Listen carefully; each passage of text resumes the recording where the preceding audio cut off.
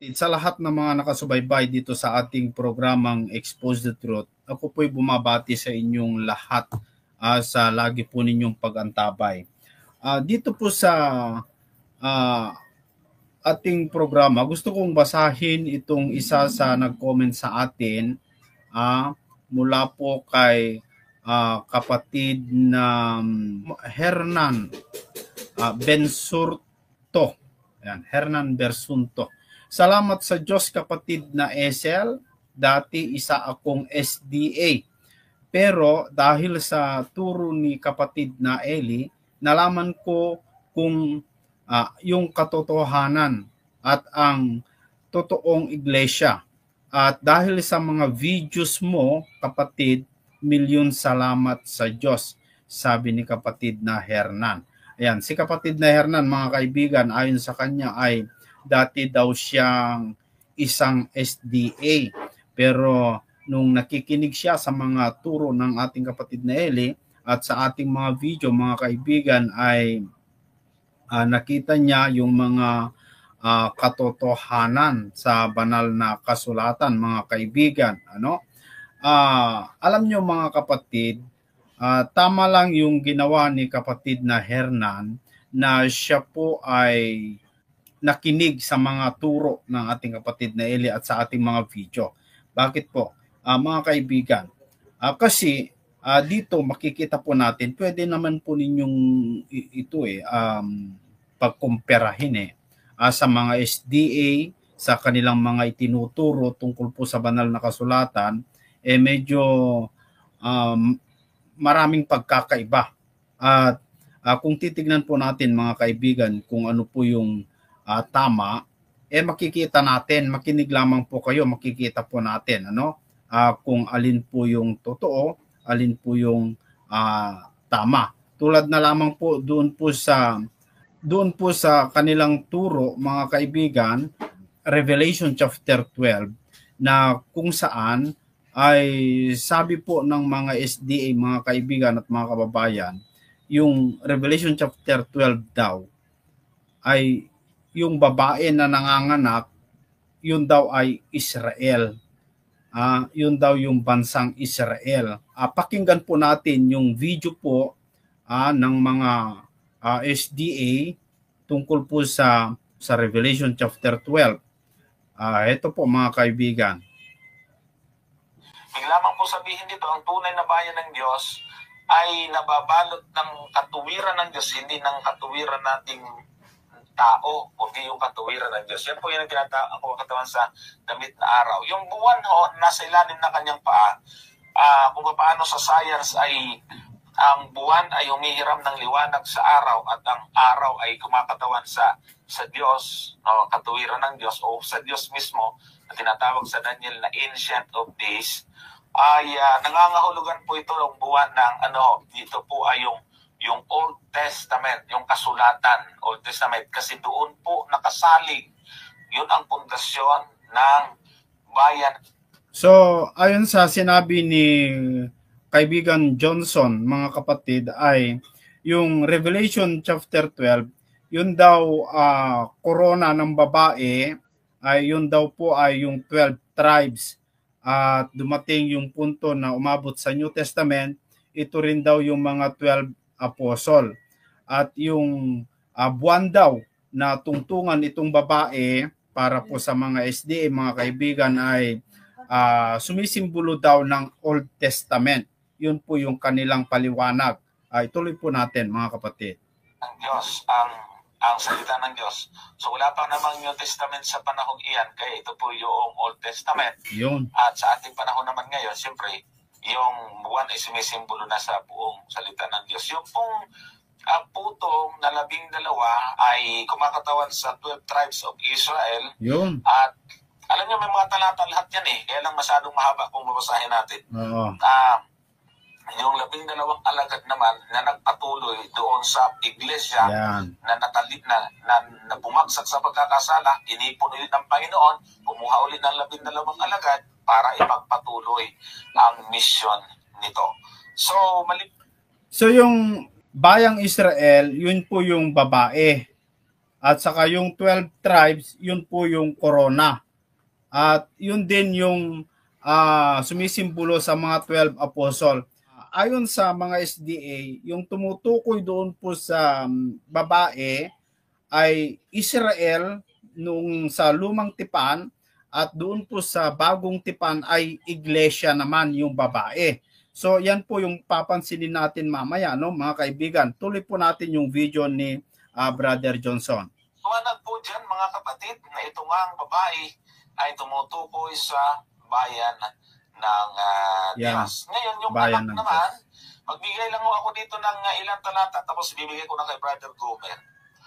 Meron pong prophecy sa Old Testament, mga kapatid, tungkol sa pagkapanganak ng ating Panginoon. Balikan na.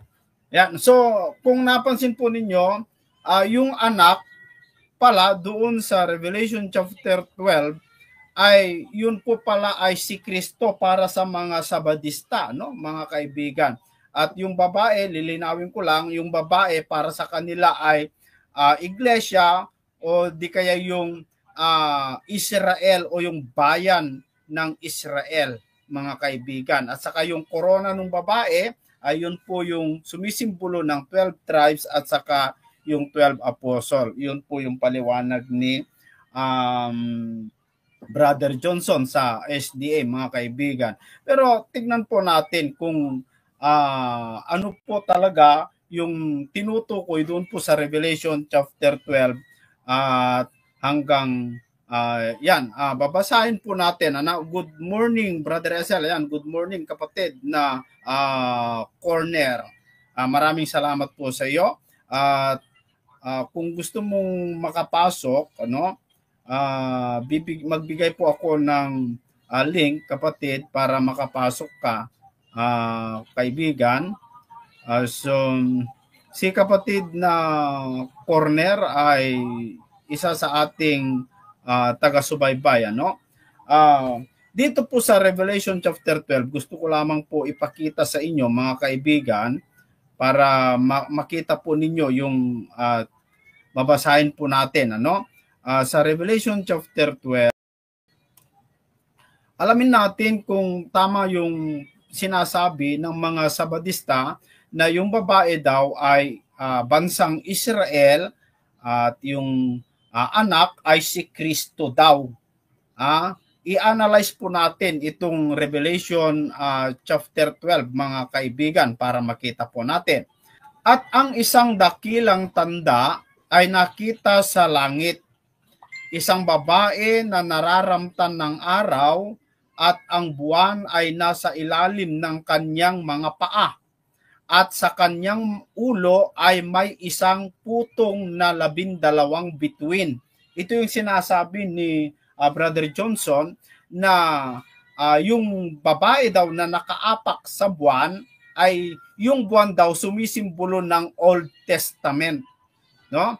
At saka yung 12 bituin na corona itong babae ay ito daw yung 12 tribes.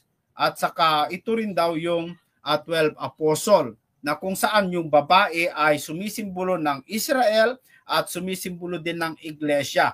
Yun po yung kanyang sinasabi. Yun po yung kanilang sinasabi. At yung anak, mga kaibigan, ay sumisimbolo daw o yun daw ay si Kristo. Para sa SDA po pala, mga kaibigan, ay yung anak ay yung iglesia o yung anak ay si Kristo. Pero titingnan natin, ituloy natin basahin, At siya'y nagdadalang tao, yung babae, at siya'y sumisigaw na nagdaramdam sa panganganak at sa hirap upang manganak. Tandaan niyo po, mga kaibigan, itong babae na nanganganak o buntis, mga kababayan, ay nung siya'y buntis, nahihirapan, nagdaramdam sa panganganak. So, ibig sabihin, nahihirapan. Titignan natin kung ano-ano yung nanganganak, kung talaga bang iglesia o baka hindi naman, At titignan natin kung itong anak ay si Kristo ba talaga ayon sa SDA. Titignan natin mga kaibigan. At ang ibang tanda ay nakita sa langit na narito ang isang malaking dragon mapula na may 7 ulo at 10 sungay. At sa kanyang mga uloy may 7 diadema. Yung babae po pala sa kanyang paanan, sa kanyang panganganak may nakaabang na dyablo. May nakaabang na dyablo na kung saan kapag ito yung makapagsilang na ng bata ay lalamunin yung kanyang anak.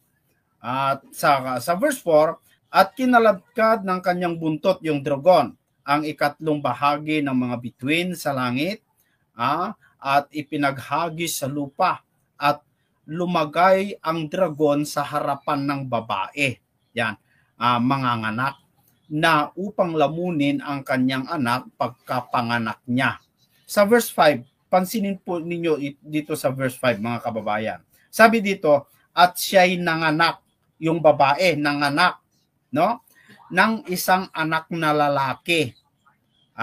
Nanganak daw isang lalaki na maghahari na may panghampas na bakal sa lahat ng mga bansa. Ito po yung batayan ng mga SDA na kung saan ay si Kristo daw dahil wala naman daw ibang maghahari sa lahat ng mga bansa kundi si Kristo, no? Pero pansinin po natin mga kababayan kung si Kristo nga, no? Yung babae daw ay nanganak ng isang anak na babae at yung anak ay maghahari na may panghampas na bakal. And then at ang kanyang anak ay inagaw na dinala hanggang sa Diyos at hanggang sa kanyang luklukan. Kung napansin po ninyo, yung anak ng babae inagaw, dinala sa Diyos. Alam nyo mga kaibigan, si Kristo, siya ay pumataas, pumunta sa kanyang ama o pumunta sa langit, hindi naman inagaw si Kristo, kundi si Kristo ay siya yung umakyat sa langit. Hindi inagaw. Pero yung anak ng babae, kung si Kristo yan, bakit siya inagaw? Mga kaibigan SDA, sabi ninyo kasi si Kristo yung anak at ganun din ang mga Iglesia Katolika, si Kristo din para sa kanila itong anak ng babae. At yung babae naman para sa kanila ay si Maria. At saka nakakorona daw si Maria dahil siya daw yung Queen of Heaven. Mas matindi naman ito, no, mga kaibigan, yung mga Katoliko.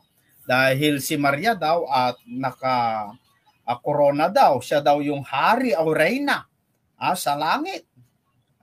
Kung reyna sa langit si Maria at ang ama o ang Diyos ay hari, masama yan, ano? Masama yan mga Katoliko, no?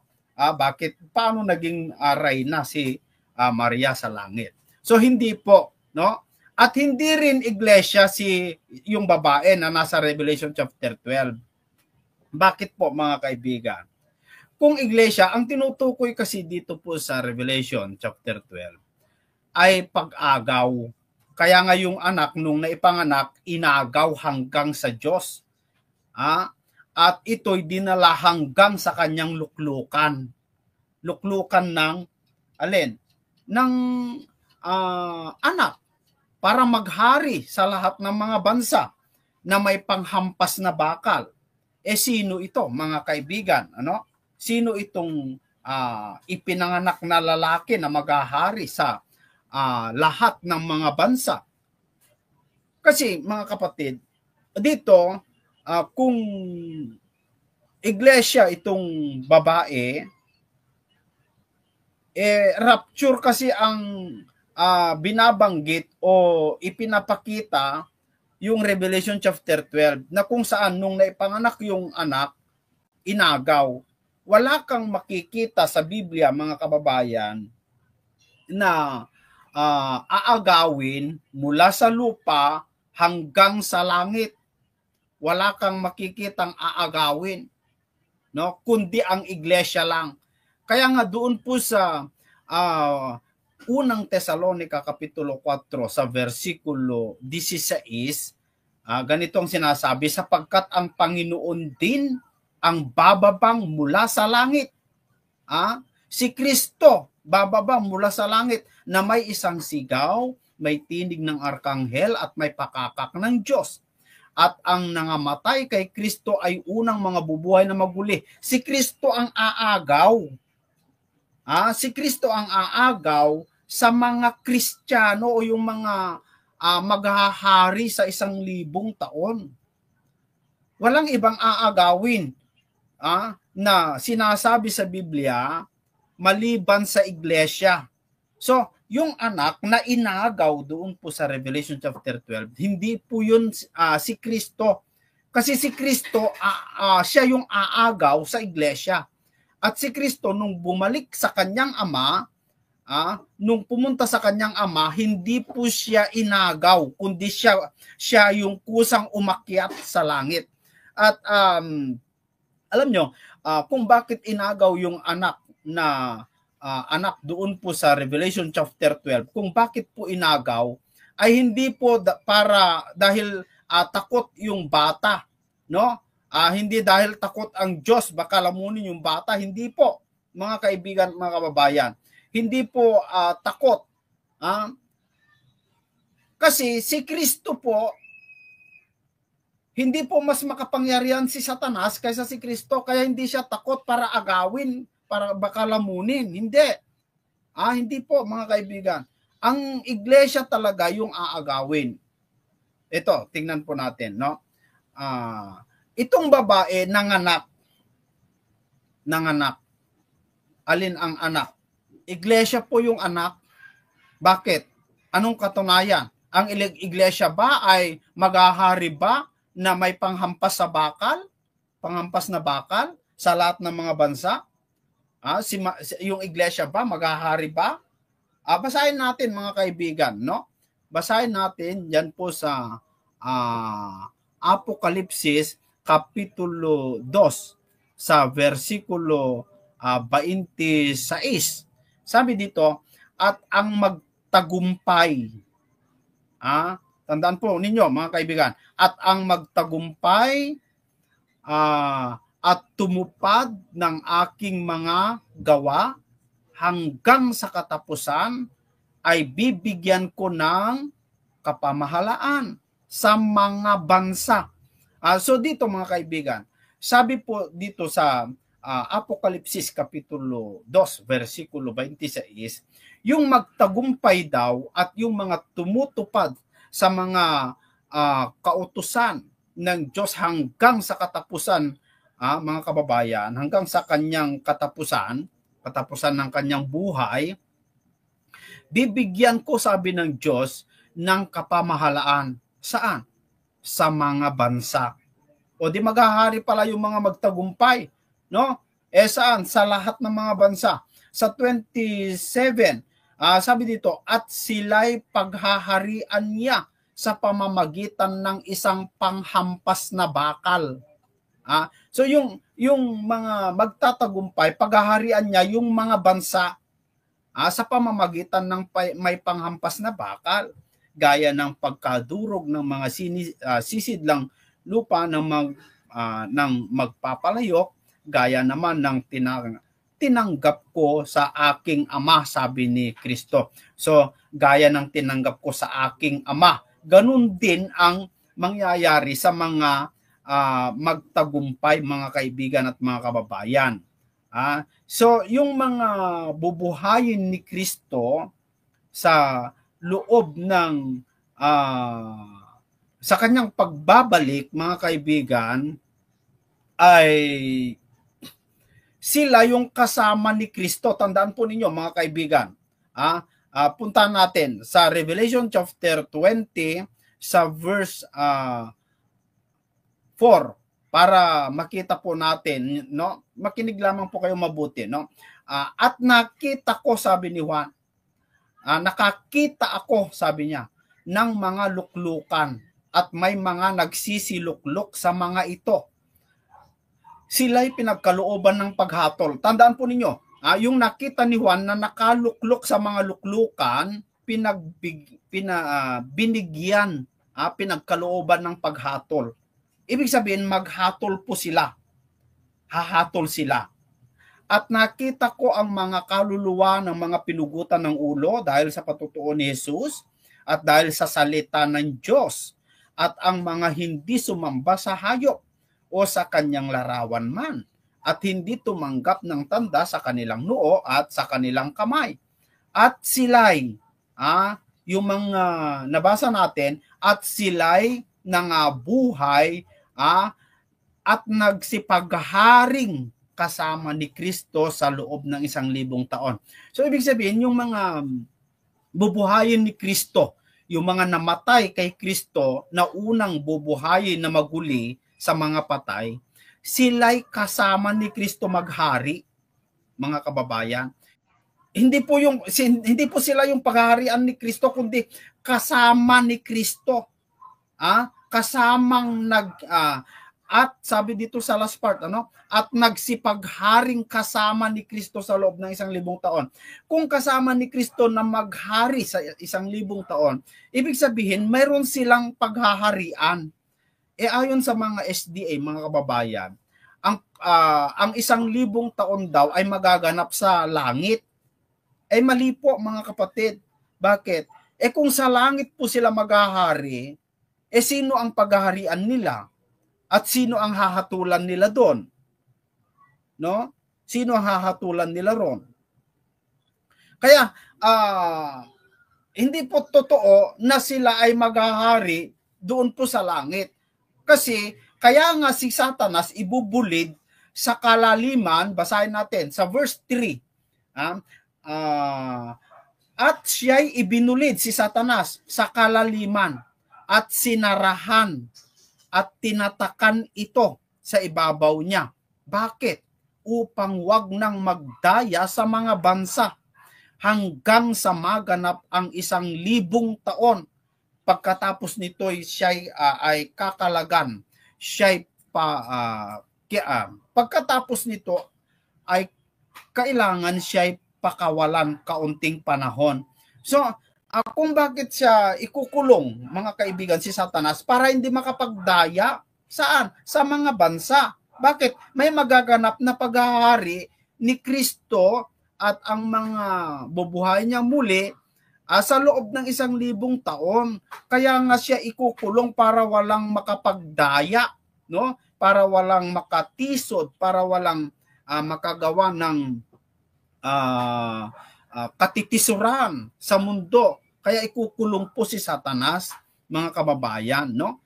So malabo na doon po sa langit. At balik po tayo, no, doon po sa Revelation chapter 12, na kung saan ay sinasabi ng mga kaibigan nating mga Sabadista na itong iglesia daw, yung babae o yung bayan ng Israel, tapos yung anak ay si Kristo.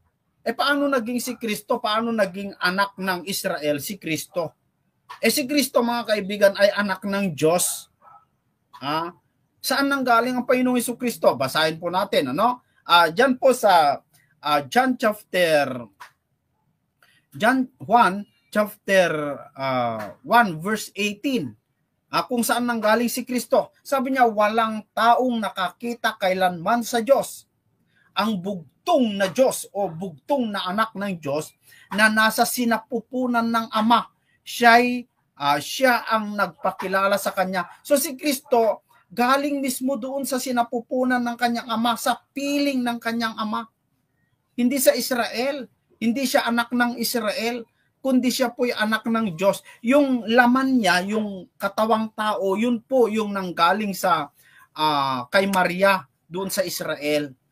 Pero si Kristo, yung si Kristo, yung Panginoong Jesucristo, siya po ay anak ng Diyos. Kaya doon po sa John chapter 6 sa verse 38, mga kababayan, maliwanag po, sabi ni Kristo, sapagkat bumaba akong mula sa langit. No? Hindi niya sinabi, ako'y galing sa Israel. Hindi. Bumaba akong mula sa langit. Hindi upang gawin ko ang aking sariling kalooban, kundi ang kalooban ng nagsugo sa akin. So maliwanag na hindi po si Kristo yung nandun sa Revelation chapter 12, kasi si Kristo hindi po siya yung ipinanganak ng Israel, kundi ang Diyos ang nanganak sa ating Panginoong Hesus Kristo, mga kaibigan, no? Si Kristo ipinanganak ng Diyos Ama. Ikalawa, mga kaibigan, sa atin, yung anak ng babae, iglesia. Iglesia. Hindi po yung babae ang iglesia. Bakit? Ang iglesia, mga kababayan, kung yung babae, sabi ng mga iba ay, yung babae daw sa Revelation chapter 12 ay iglesia, sabi ng iba, iglesia, no? Sabi ng iba, Israel, sabi ng iba naman si Maria, mali po, mga kababayan. Bakit? Ang iglesia po ay hindi nanganganak, hindi yan nanganganak ng iglesia. Bakit? Ano po yung nanganganak sa iglesia o nanganganak ng Kristiyano, mga kaibigan? Sabi kasi ng iba ay iglesia yung nanganganak ng iglesia. Ay mali po. Ano? Sa Biblia, mga kababayan, kung paano ka maipanganak bilang isang Kristiyano o bilang iglesia, kasama sa loob ng iglesia o Kristiyano, hindi po iglesia yung nanganak sa iyo. Basahin po natin, mga kaibigan at mga kababayan. Dito po sa unang Korinto, kapitulo 4, sa versikulo 15, ganito ang ating mababasa, pakinggan po ninyo mabuti. Sapagkat, sabi ni Pablo, bagaman mangagkaroon kayo ng 10,000 mga guro kay Kristo, ay wala kayong maraming mga ama. Bakit? Sapagkat kay Kristo Jesus ipinanganak ko kayo sa pamamagitan ng Ebanghelyo. So yung isang Kristiyano po pala may ipapanganak sa pamamagitan ng Ebanghelyo. Para ikaw ay maging isang Kristiyano, ang manganganak sa iyo ay yung Ebanghelyo. Kapag yung salita ng Diyos ay tatanggapin mo, sampalatayanan mo, ikaw ay magiging Kristiyano na kung saan ay maging anak ng Diyos, mga kaibigan. So, maliwanag sa atin na ang manganganak po ay salita ng Diyos. Basahin natin sa libro ng Juan, kapitulo 1, sa versikulo 13. Na mga ipinanganak na hindi sa dugo, ni sa kalooban ng laman, ni sa kalooban ng tao. Ano? Kundi ng Diyos. Ipinanganak tayo sa pamamagitan ng Diyos. Sa paanong paraan, mga kaibigan? Unang Pedro, kapitulo 1, sa versikulo 23. Sabi dito, yamang ipinanganak kayong muli, hindi sa binhing nasisira, kundi sa walang kasiraan. Ano po yon? Sa pamamagitan ng salita ng Diyos na nabubuhay at namamalagi. So maliwanag sa atin, mga kababayan, na ang nanganganak po ng isang Kristiyano, walang iba kundi ang salita ng Diyos, mga kapatid.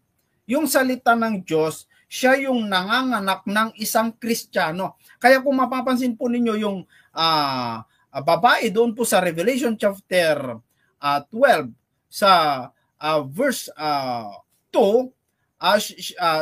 siya po ay naghihirapan o nagdaramdam, no? Sa verse 2, sabi dito, at siya ay nagdadalang tao, yung babae, at siya'y sumisigaw na nagdaramdam sa panganganak at sa hirap upang manganak. Kasi mga kababayan, yung salita ng Diyos, yung mga mangangaral kung sila po ay mangaral sa salita ng Diyos, napakahirap eh. Maraming ginagawa ng demonyo para ang tao ay hindi maipanganak sa espiritu, para hindi maging Kristiyano. Mga kababayan, napakahirap po manganak ang tao o yung salita ng Diyos, napakahirap maging Kristiyano ang tao eh, lalong-lalo yung mga mayayaman, mga kababayan. Kaya nung naipanganak itong anak na babae, yung anak ng babae, nung naipanganak, inagaw. Ibig sabihin, ang Kristiyano po kasi mga kaibigan, kapag siya ay naipanganak na, nabuo na. Ibig sabihin, nabuo na. Naging isang tao na. Naging isang tao na.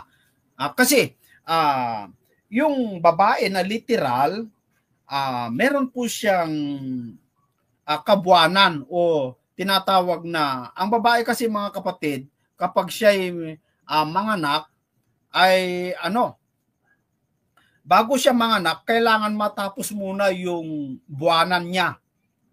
Yung isang babae na bago o unang manganak sa kanyang anak ay 9 months. 9 months po yon, mga kababayan. So, kailangan matapos muna yung bilang ng kanyang kabuanan bago siya ipanganak, bago maipanganak yung bata. 9 months bago siya lumabas yung bata. Mabubuo po yung bata doon po sa tiyan. Ang Kristiyano, mga kaibigan, mga kababayan, meron pong bilang ng isang Kristiyano o yung isang iglesia, meron pong bilang bago po siya mabuo. Kapag nabuo na po yung bilang ng mga maliligtas, ay ikokot up na ng Diyos. Ibig sabihin, irarapture na, mga kaibigan. May bilang po ang mga bago mabuo ang iglesia, may bilang eh. May bilang. Basahin natin sa Revelation chapter 6, doon po sa verse 9. Sabi dito, at nang buksan niya ang ikalimang tatak, ay nakita ko sa ilalim ng dambana ang mga kaluluwa ng mga pinatay dahil sa salita ng Diyos at dahil sa patutuo sumasa kanila. Verse 10, at sila'y sumigaw. Alin? Yung mga kaluluwa na pinugutan ng ulo. Sumigaw ng tinig ng malakas na nagsasabi, hanggang kailan o Panginoon, banal at totoo. Hindi mo hahatulan at ipaghihiganti ang aming dugo sa mga nananahan sa ibabaw ng lupa. So, meron po silang hiling sa Diyos, no? Pero ang sagot po ng Diyos sa verse 11, at binigyan ang bawat isa sa kanila ng isang maputing balabal at sa kanila'y sinabi na mga pahinga pa ng kaunting panahon. Bakit? Hanggang sa maganap ang bilang ng kanilang mga kapwa alipin at ng kanilang mga kapatid na mga papatayin naman gaya nila. So hindi pa nabuo.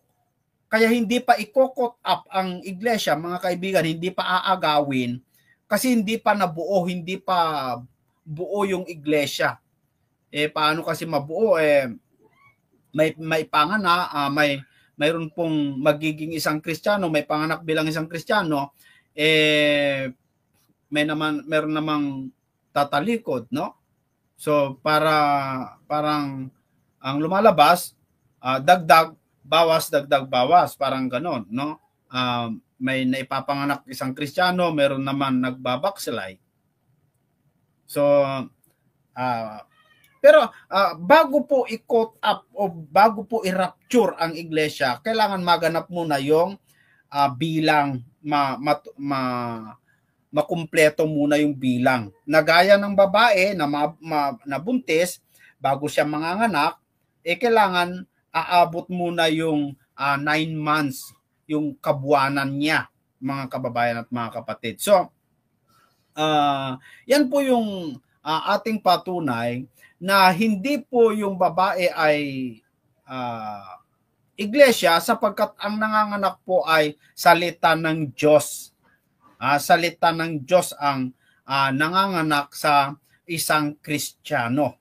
Napatunayan na natin yan doon po sa unang Pedro kapitulo 1 sa versikulo 23. At yung anak na maghahari na may panghampas na bakal, nabasa natin sa Revelation chapter 2 sa verse 26, na sinabi, at ang magtagumpay at tumupad ng aking mga gawa hanggang sa katapusan ay binigyan ko ng kapamahalaan sa mga bansa.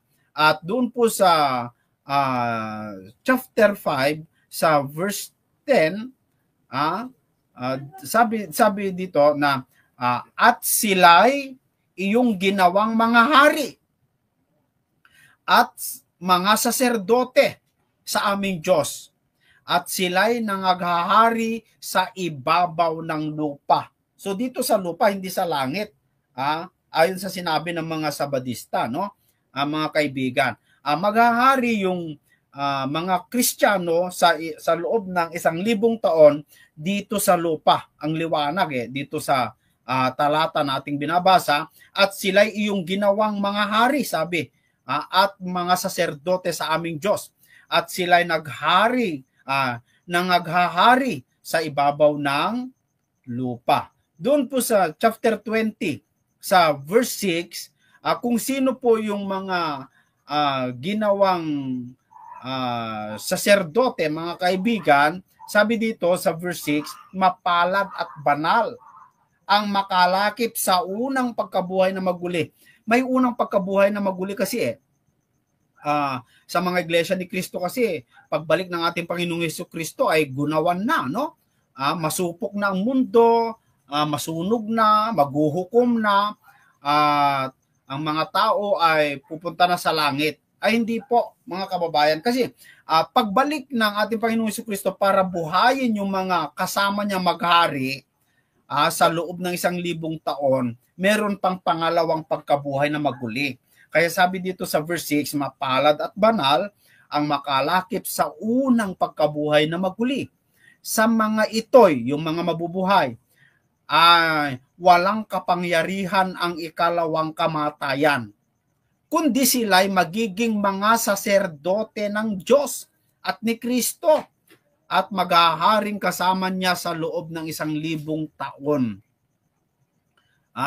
Ang katunayan, mga kaibigan, sa verse 7, at kung maganap na ang 1,000 taon na paghahari ng mga Kristiyano, si Satanas ay kakalagan sa kanyang bilangguan. Verse 8, at lalabas upang dumaya sa mga bansa, o di talaga dito sa bansa talaga, no? Nasa 4 na sulok ng lupa, sa north, west, south, east, mga kaibigan, buong mundo, titisod itong si Satanas, lalabas sa Gog at sa Magog upang tipunin sila sa pagbabaka, na ang bilang nila ay gaya ng buhangin sa dagat. Nako, napakarami na naman, no? Napakaraming malinlang ni Satanas o mga kasama ni Satanas na madadaya niya pagkalabas niya doon po sa kanyang bilangguan para dumaya sa mga bansa. So ibig sabihin, yung mga dinaya ni Satanas, yung mga nasa bansa, nasa lupa. So hindi pa nagunaw ang mundo, no? Dito magaganap ngayon yung tinutukoy dito po sa Biblia na malaking kapighatian. Paglabas ni Satanas, diyan po magaganap yung malaking kapighatian, na kung saan pagkatapos ng malaking kapighatian, wala nang susunod pa. Ito na yung pinakahuling kapighatian.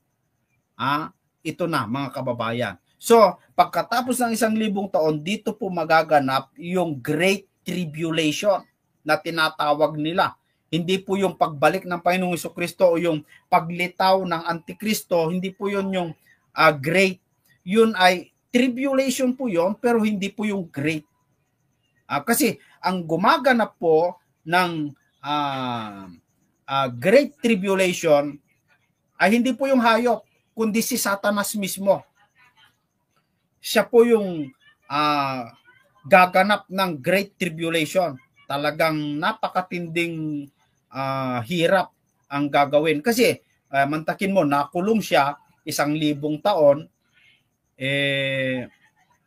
siyempre naman, no? Ikaw nga, kung makulong ka, talagang panay ang banta mo doon sa dahilan. Doon sa dahilan kung bakit ka nakulong nagkaroon ka ng pagkakataon kalagaan. Babalikan mo. Tapos gagawa ka ng malaking kapighatian, mga kaibigan, mga kabayan. So, malabo po mga kapatid na yung sinasabi ng mga Sabadista na yung babae ay yung iglesia, oo, at saka yun daw ay Israel, at yung bata daw ay si Kristo, ay hindi po. Kasi si Kristo hindi po aagawin. Tandaan nyo po, mga kaibigan, si Kristo hindi kailangan agawin ng Diyos dito sa lupa para dalhin sa kanyang luklukan. Hindi. Si Kristo po kaya niyang umakyat sa langit, mga kapatid. Kaya niyang umakyat sa langit para pupunta sa kanyang Ama. Ang katunayan, mga kaibigan, dito po sa banal na kasulatan, sa libro po ng Juan, Kapitulo 14, sa versikulo 2, sabi dito, sa bahay ng aking Ama ay mayroong tahanan, maraming tahanan. Kundi gayon, ay sinabi ko sana sa inyo, sapagkat ako'y paroroon upang ipaghanda ko kayo ng dakong kalalagyan. Ibig sabihin, mga kaibigan, hindi siya inagaw, kundi siya'y kusang pumaroon. Kusa siyang pumaroon. Upang ako'y pumaroon, sabi niya, sapagkat ako'y pumaroon upang ipaghanda ko kayo ng dakong kalalagyan. Maghanda po siya ng kalalagyan natin. Kaya pagbalik niya, yung pagbalik ni Kristo, kung alin yung inihanda niyang kalalagyan, para mayroon tayong tirahan. Ang sabi ng iba, may tao na daw sa langit. No? Nagtataka ako, si Kristo, na unang namatay si Moises, si Aaron, si Zacarias, etc., yung mga nasa lumang tipan. Nauna po silang namatay. Kung nasa langit sila, saan sila tumuloy? Anong tinirahan nila doon? Wala, mga kaibigan. Kaya wala pa. Kasi si Kristo, siya pa lang yung pumaroon sa kanyang Ama upang maghanda ng kalalagyan. Sino? Ng mga ililigtas niya. Kaya yung mga namatay, hindi pa nakapunta doon kasi si Kristo ay naghanda ng kalalagyan ng tao. At kung, sabi niya, ako'y pumaroon at kayo'y maipaghanda na ng kalalagyan, ay muling paririto ako, sabi niya. At kayo'y tatanggapin ko sa aking sarili upang kung saan ako naroroon, kayo naman ay dumuon. So, ibig sabihin, hindi ka makakapuntas doon sa langit maliban na kung babalik si Kristo para kunin ka. Yun po yung maliwanag, mga kaibigan. Ulitin ko, mga kaibigan, si Kristo po ay hindi inagaw, gaya ng sinasabi ng mga Sabadista na yung Revelation chapter 12 daw ay si Kristo yung anak at yung babae ay iglesia. Mali po, mga kapatid. Kasi sino yung nanganak sa atin? Basahin natin sa Efeso chapter 2 sa verse umpisa natin sa verse 14. Sabi dito, sapagkat siya ang ating kapayapaan, si Kristo, na kanyang pinag-isa ang dalawa. Ang dalawa, Hudyo at saka Hentil. At iginiba ang pader na nasa gitna ng pagpapahiwalay. May awayan kasi ng Hentil at saka mga Hudyo. Pero si Kristo po, giniba niya yung pagitan ng Hebro o yung mga Hentil at saka mga Hudyo. Giniba niya. Siya yung naging kapayapaan. Sa alitan ng dalawa, ay siya yung naging namagitan, naging kapayapaan ng dalawa. Kaya sabi dito, sapagkat siya ang ating kapayapaan, si Kristo, na kanyang pinag-isa ang dalawa at iginiba ang pader na nasa gitna ng pagpapahiwalay. Verse 15, na inalis ang pagkakaalit, si Kristo, inalis niya ang pagkakaalit sa pamamagitan ng kanyang laman. Dahil si Kristo po ay naihandog bilang handog ng kasalanan ng tao, ay yung pagkakaalit, sabi niya, yung Hudyo at saka Hentil, ay iginiba niya.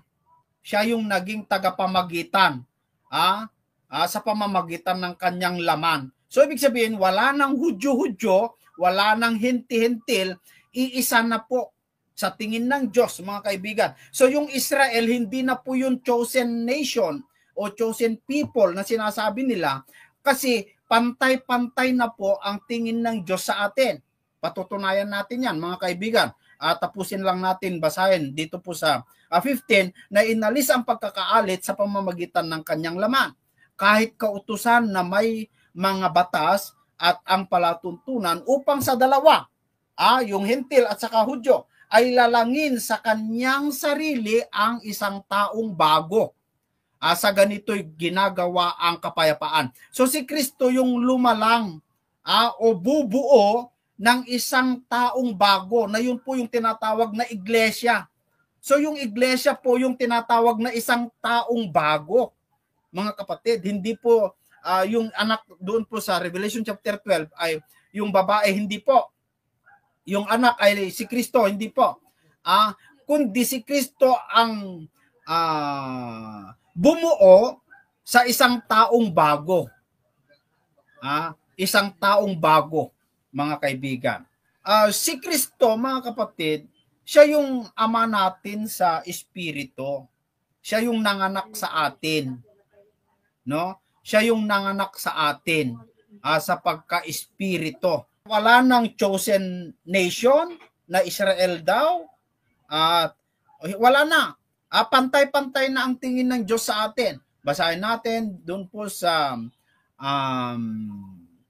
libro ng Gawa, Kapitulo 10, sa versikulo 34. At binuka ni Pedro ang kanyang bibig at sinabi, tunay ngang natatalastas ko na hindi nagtatangi ang Diyos sa mga tao, kundi sa bawat bansa siya na may takot sa kanya at gumagawa ng katwiran ay katanggap-tanggap sa kanya. Ang salita ng kanyang ipinadala sa mga anak ni Israel na ipinangangaral ang ebanghelyo ng kapayapaan sa pamamagitan ni Jesucristo, siya'y Panginoon ng lahat. So wala nang Hudyo, wala nang Hentil. Pantay-pantay na po ang pagtingin ng Diyos sa tao. Wala nang chosen nation, chosen people. Wala na. Pantay-pantay na po. Ulitin kong basahin para maliwanag po sa mga nanonood, no? At binuka ni Pedro, sabi niya, ang kanyang bibig at sinabi, tunay ngang natatalastas ko na hindi nagtatangi ang Diyos ng mga tao. Nung una kasi, mahal ng Diyos ang bansang Israel. Yun po yung tinatawag na bayan ng Diyos at chosen nation nung araw. Pero hindi po tinanggap ng Israel ang Panginoong Jesucristo, mga kapatid. Kaya naging blessing din sa atin yun eh. Dahil hindi po tinanggap ang Israel ang Panginoong Jesucristo, kaya lumipat sa bansang nagkakabunga. Yun po yung mga Hentil, mga kaibigan. Kaya sabi dito, hindi na po nagtatangi ang Diyos ng mga tao, kundi sa bawat bansa. Sabi niya, bawat bansa, dahil bansa ang Pilipinas, di kasama tayo, no? Kundi sa bawat bansa siya na may takot sa kanya at gumagawa ng katwiran ay katanggap-tanggap sa kanya. Ang salita na kanyang ipinadala sa mga anak ni Israel na ipinangangaral ng ebanghelyo ng kapayapaan sa pamamagitan ni Jesucristo, siya'y Panginoon ng lahat. Siya'y Panginoon ng lahat.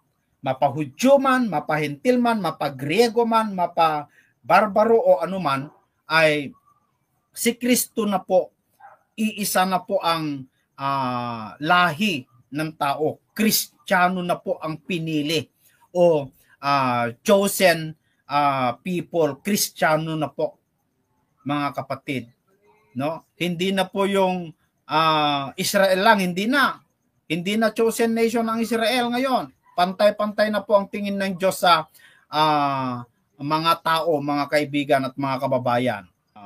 Yung babae, yun po yung nanganak ng alin? Ng iglesia. So ibig sabihin, mga kaibigan, yung salita ng Diyos mula sa langit, yun po yung nanganak sa atin. Kumbaga,